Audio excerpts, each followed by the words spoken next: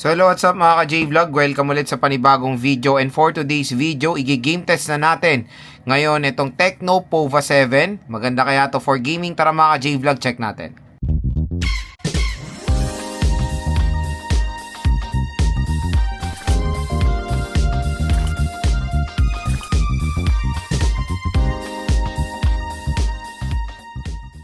So, bago tayo mag-start, ang chipset pala ng Tecno Pova 7 is the MediaTek Helio G100 Ultimate with Full HD Plus 1080p resolution with vivid display at napakataas po ng battery nito na nasa whopping 7,000 mAh na removable battery. At kung interested pala kayo mag-purchase nitong Tecno Pova 7, nandito yung view products na yan, i-click nyo na po yan para ma-redirect kayo sa mura at bagsak presyo na Tecno Pova 7 at meron pong ongoing promo at meron pong ongoing voucher ang YouTube. Kaya pag clinic nyo po itong view products natin, makukuha nyo ng super duper baba ito gamit ang YouTube voucher ko. Kaya wag na kayo magdalawang isip pa, i-click nyo na po yung view products para makakuha kayo ng below SRP na Tecno Pova 7. So yan nga, 5 games ang ating itetest dito. Meron tayong ML, COD, Honor of Kings, Genshin at WoWA. So, first na lalaroin natin is ML at pakita ko sa inyo yung interface ng kanyang game space. So, ito yung interface ng game space niya. High Boost ang pangalan. Ayan. So, performance mode tayo ngayon. Ayan, pwede kayo mag-screen record, screenshot, anti-interference mode, basic features. Ayan, pwede nyo refresh yung memory. Ayan, okay na okay. Very helpful yan, of course, yung game mode na yan. So, yun. Settings ng ML natin. Ayan, map quality, ultra, effects high, resolution HD, refresh rate high nga, at naka-full download ng resources natin.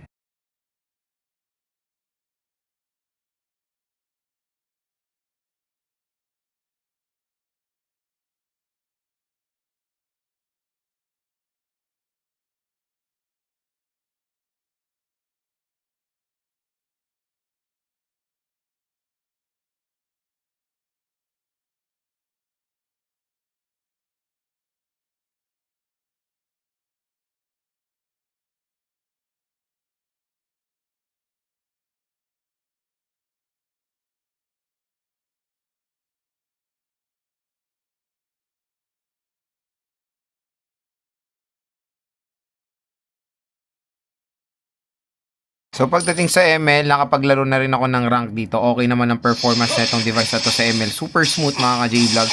Walang any problem tayo na na-experience ng ML dito. No delay, no lag, and yung ping ay okay naman ang ating connection. So yun, may enjoy nyo po maglaro ng ML dito sa Tecno Pova 7. So next naman is Honor of Kings. Set natin settings niya. Ayan, FPS Ultra at Resolution Ultra.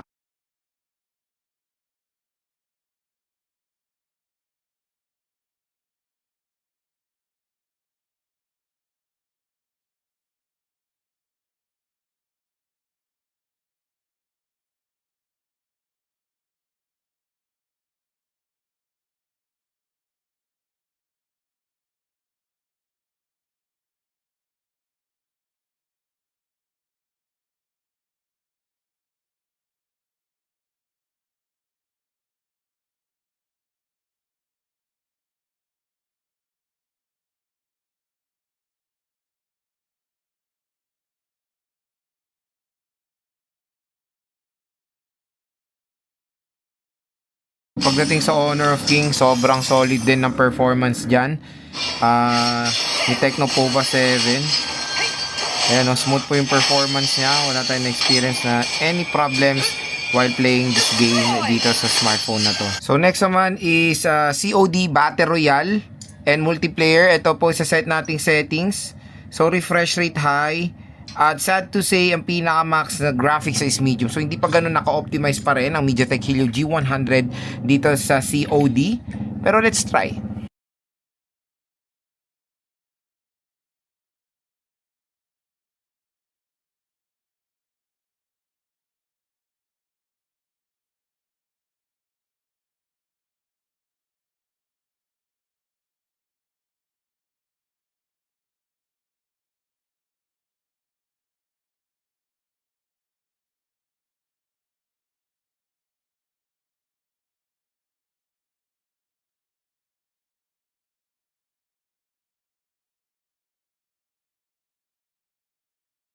So pagdating sa COD, ayan, napaganda rin po ng performance na dito sa Battle Royale mga J-Vlog. No frame drops. At for me, okay na sa akin yung medium graphics basta yung frame rate maganda. Or smooth naman din yung frame rate niya kahit papano mga J-Vlog. Ayan, no? Okay yung movement kahit na nagbabattle tayo, hindi siya nagfe-frame drop. Kaya paniguradong ma-enjoy nyo po maglaro ng COD. Ayan, no? Battle Royale. Dito sa Tecno Pova 7.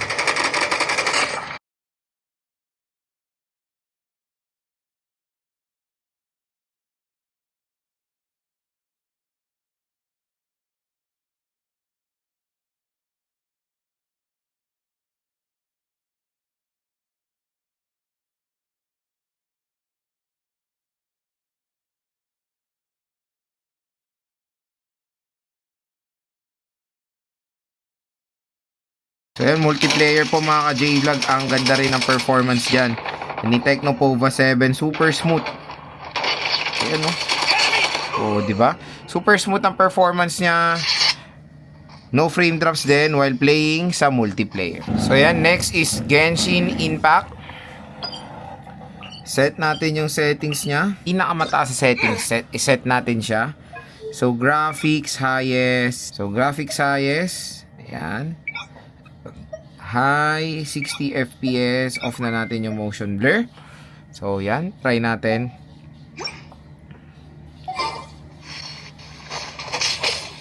Oops.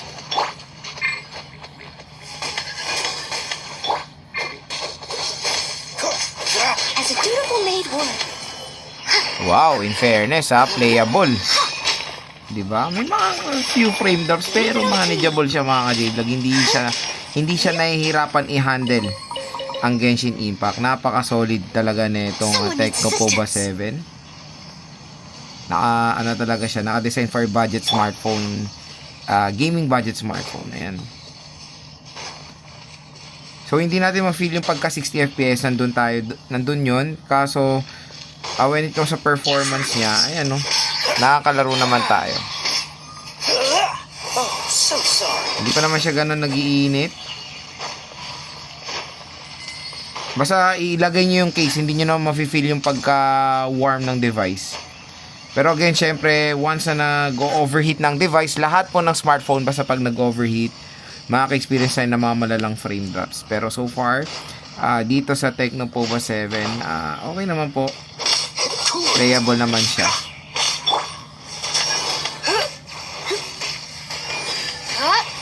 So makakalaro naman kayo ng maayos ng Genshin dito sa Tecno Pova 7. Solid din naman. So next naman is WoA.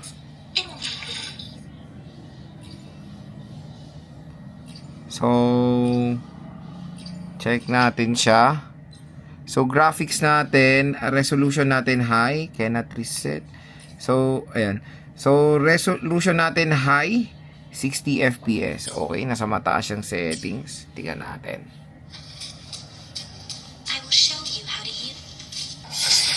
So makikita nyo sa high settings and medyo siya nag-slow movement. Kaya niya naman kahit papaano. Ayan o. May mga frame drops. Hindi siya, nakasit siya sa 60 pero hindi natin ma-feel yung pagka 60 niya. Ayan siya. Ganda talaga ng no? Ganda talaga ng WoA. Taas din ng ping natin mga idol,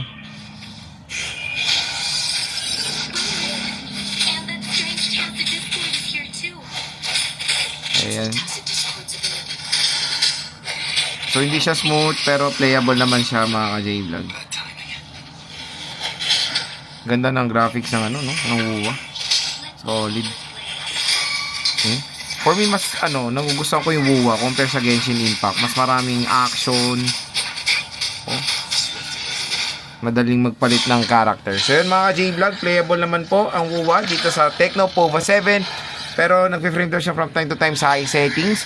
Kaya kung gusto nyo makalaro dito ng mas better, siguro set nyo na sa pinakamababang settings. So yun mga ka-J-Vlog, yung game test natin dito sa Tecno Pova 7. So solid na smartphone ito for gaming as sa budget segment of course. At yun nga, dito sa ating product link, napakamura niya lang makukuha to. So below SRP siya, expect nyo. Nakuha ko lang to ng 6,000 plus. Kung nakuha nyo to ng 6,000 plus, napakasulit for a budget for a entry level smartphone. MediaTek Helio G100 is all goods pa rin na chipset yan. Marami pa rin nadidisappoint na G100 to, hindi daw G200. At least mga J-Vlog, kung makikita nyo naman ang performance ng G100 ay maganda rin naman. At lahat po ng tinest nating games ay playable din dito sa smartphone na to. Gumawa ko ng separate game test ng Roblox kasi marami rin nagre-request ng Roblox at in fairness, smooth na rin naman ng Roblox dito sa Tecno Pova 7. So again, maganda rin siya recommend sa mga consumers na naghahanap ng budget, gaming device ngayon 2025. Meron siyang plenty of storage, 256GB, 8GB of RAM is all goods din naman. Maganda rin yung interface niya sa gaming. Kumbaga, binuboost niya pa yung performance netong binuboost niya pa yung performance gamit yung game dun sa game mode natin. At ang maganda dito yung speakers niya, dual steer speakers for immersive sound, at malaki rin yung screen niya for gaming. Maganda rin yung aspect ratio niya. Very comfortable din naman maglaro dito sa Tecno Pova 7. So again, kung interested kayo dito sa device na to, ilalagay ko po yung link nito dito, yung view products na i-click nyo na lang yan.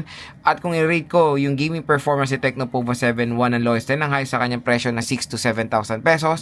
Ang score ko dito mga J-Vlog is nasa 8.7. So yun, all goods din naman, or nagustuhan ko rin naman yung performance sa gaming dahil na-handle niya rin naman yung Genshin Impact kahit pa paano. Pero yun nga, when it comes sa sa COD, hindi pa ganun naka-optimize itong chipset na to kasi pinakamataas sa graphics na available sa COD is medium lang.